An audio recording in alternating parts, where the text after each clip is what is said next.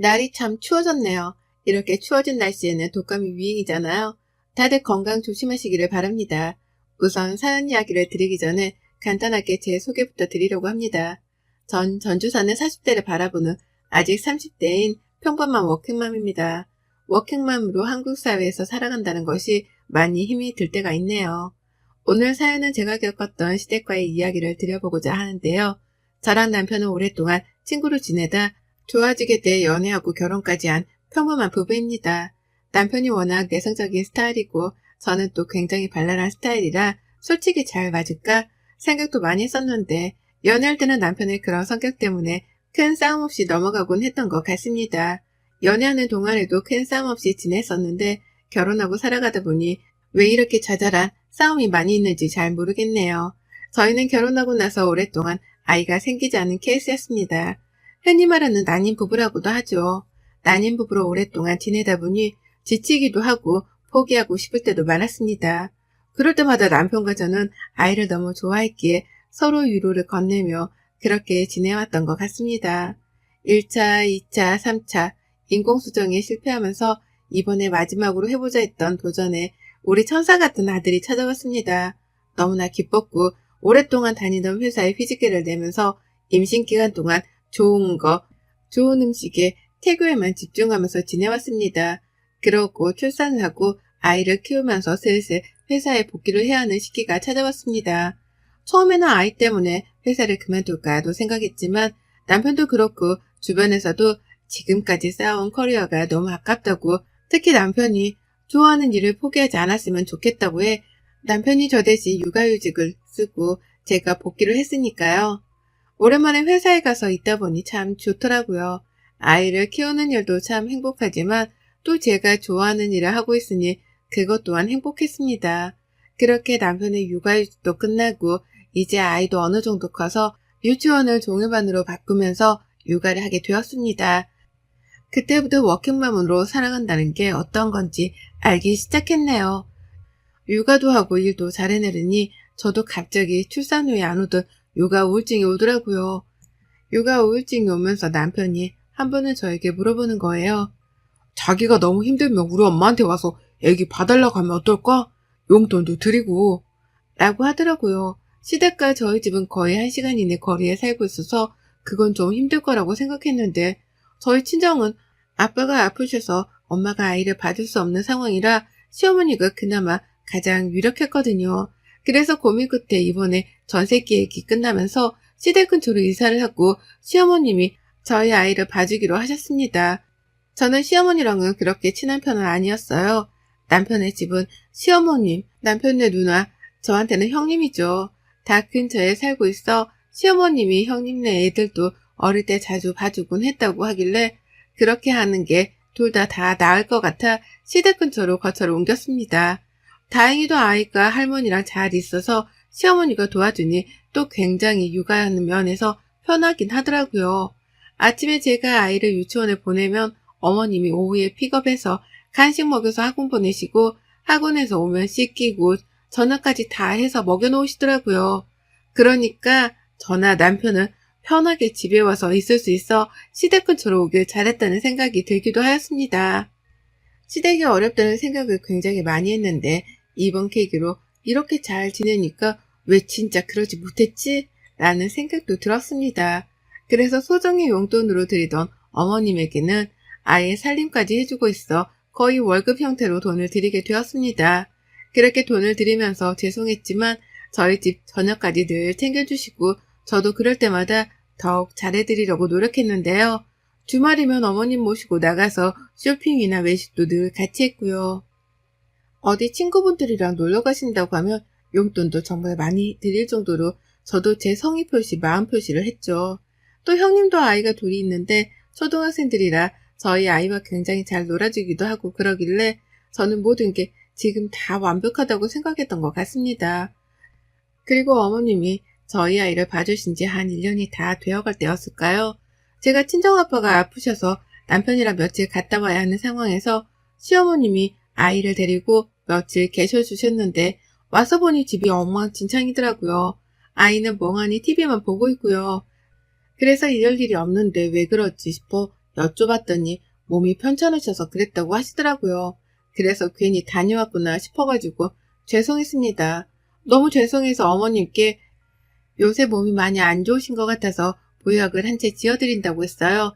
그리고는 한의원에 가서 보약을 정말 좋은 약재로서 지어드리기도 했습니다. 근데 그때부터 이게 저의 괜한 생각이었을까요? 생전 잘 안 아프던 아이는 한 달에도 몇 번씩 감기에 걸리고 몸이 많이 약해졌더라고요. 그리고 영유아 검진 날이라 검진을 했는데 작년에는 또래에 비해 큰 편이라고 했는데 이번 년에는 작년보다 성장이 잘 되고 있지 않다는 말을 들으니 어머님이 밥도 잘 해주실 텐데 얘가 밥을 잘 안 먹나 싶어가지고 어머님께 여쭤봤어요.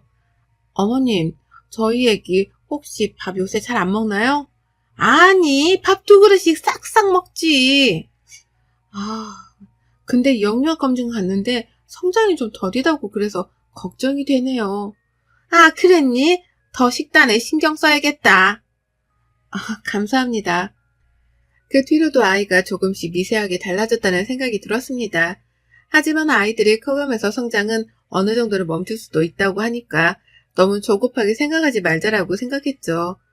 주말에는 아이의 키와 체중을 더 높이기 위해서 고기부터 아이가 먹고 싶은 음식이나 간식들은 꽉꽉 냉장고에 채워두고 어머님께 일주일에 몇 번씩은 꼭 고기랑 야채 같이 주셨으면 좋겠다고 부탁까지 간곡히 드렸습니다. 그리고 나서도 어머님께 드리는 생활비 이외에도 제가 다 따로 음식 재료들은 사서 넣어드렸는데요. 또 독감 맞을 때 저는 병원에 전화해서 웬만하면 수일선으로 돈 주고 맞추려고 생각해서 이번에도 소아과에 전화를 다 돌린 후에 맞고 싶은 독감이 있어 이걸로 꼭 맞춰달라고 하고 돈도 따로 챙겨서 드렸습니다. 아이가 예민한 편이라 접종하고 나면 꼭 열이 나는데 그 백신 약은 열이 안 나서 꼭 그 백신 약으로 맞추려고 하거든요. 그리고 백신을 맞추고 나서 저녁에 아이에게서 갑자기 열이 펄펄 나는 거예요. 너무 걱정이 돼서 왜 매번 맞는 약으로 했는데 그랬을까? 어머님께 여쭤보니 똑같은 약이고 적어준 대로 했다고 하시길래 저는 당연히 그런 줄 알았습니다.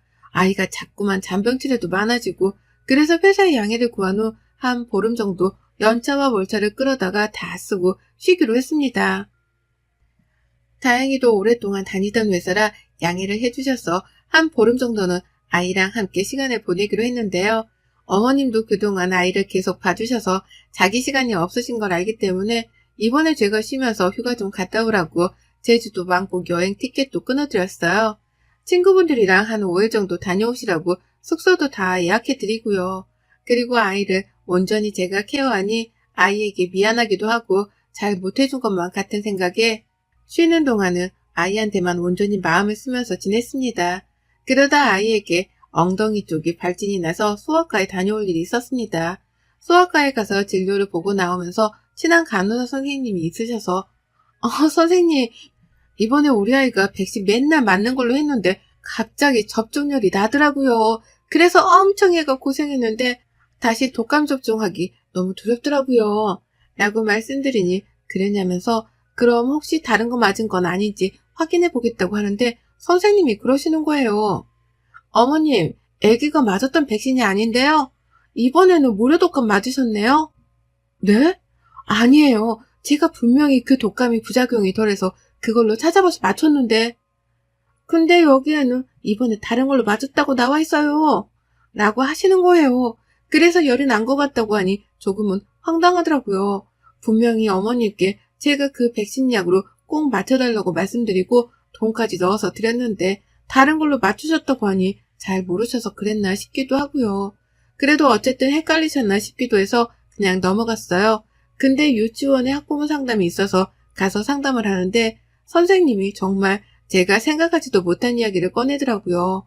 선생님이 꺼낸 이야기는 어느 순간 저희 아이가 매일 똑같은 옷을 입고 등원을 하거나 챙겨오라는 준비물이나 이런 것도 챙겨오지 않고 아이가 어느 순간부터 좀 위축되어 있어서 걱정을 많이 했다고요. 근데 이런 이야기들이 다 처음 듣는 거라 머리를 망치로 맞은 기분이었습니다. 그래서 어머님이 아이를 잘 봐주는데 솔직히 이런 거 다 물어보기에는 실례라는 생각이 들어 우선은 집에 홈카메라를 설치했습니다. 한 일주일은 어머님께 홈카메라를 설치했다는 이야기를 안 하고 설치를 했는데 저는 그 영상을 보고 경악을 금치 못했습니다. 저희 집에는 시어머니가 아닌 다른 사람이 저희 아이를 봐주고 있더라고요. 정말 제가 한 번도 보지 못했던 사람이었어요. 그리고 저희가 퇴근하기 전쯤에 시어머니가 오고 그 사람이 가고요.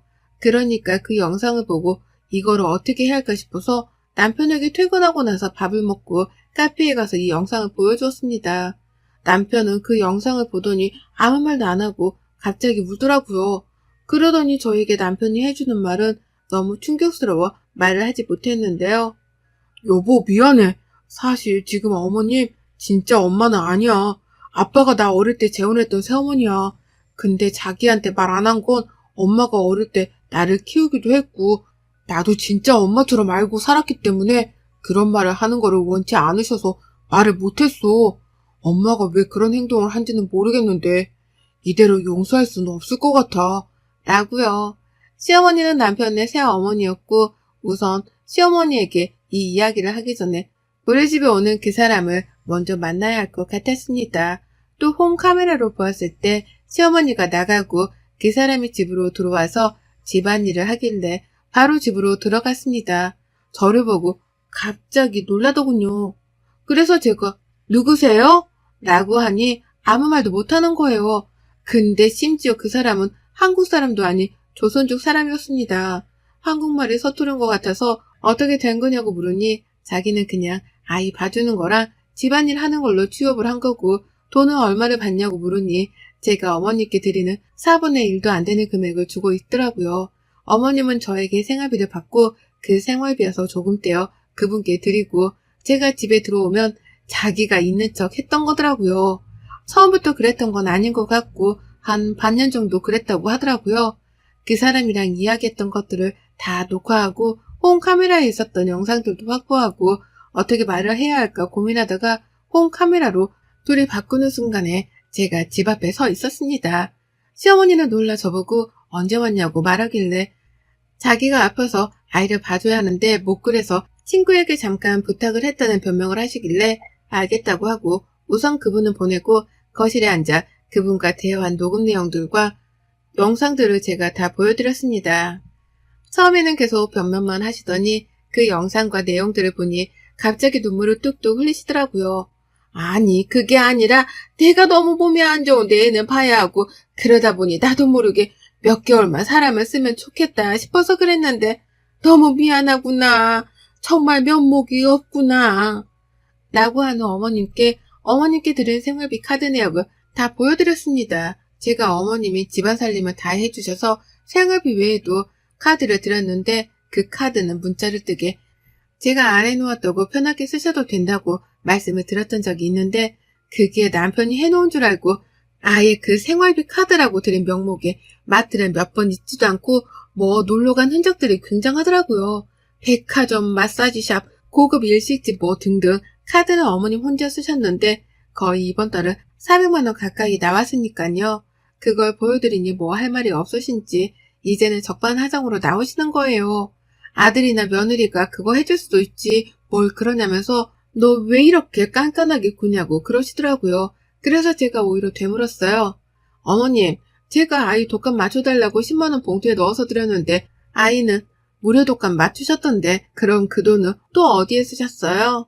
라고 물으니 얼굴이 빨갛게 변하시는 거예요. 그러면서 막 남편이 들어오니까 울면서 며느리가 나한테 저러더라. 너 어떻게 생각하느냐 하면서 가길래 남편이 어머님 손을 딱 뿌리치고 서류들을 막 던지더라고요. 어머님 얼굴 앞에요. 여기서 엄마라는 말 한마디만 더 했다가는 정말 가만히 안 놔둘 테니 알아서 해요. 이 서류들 지금 보세요. 그 서류들을 저도 보는데 남편의 저희 시아버지죠. 시아버지가 남편 앞으로 결혼할 때 거기서 살라고 해두신 게 있었는데 돌아가실 때 그 이야기를 시어머니가 듣고 남편 앞이 아닌 자기 앞으로 해놔서 거기에서 월세 받아서 쓰고 있었더라고요. 남편한테 아무 말도 없고요.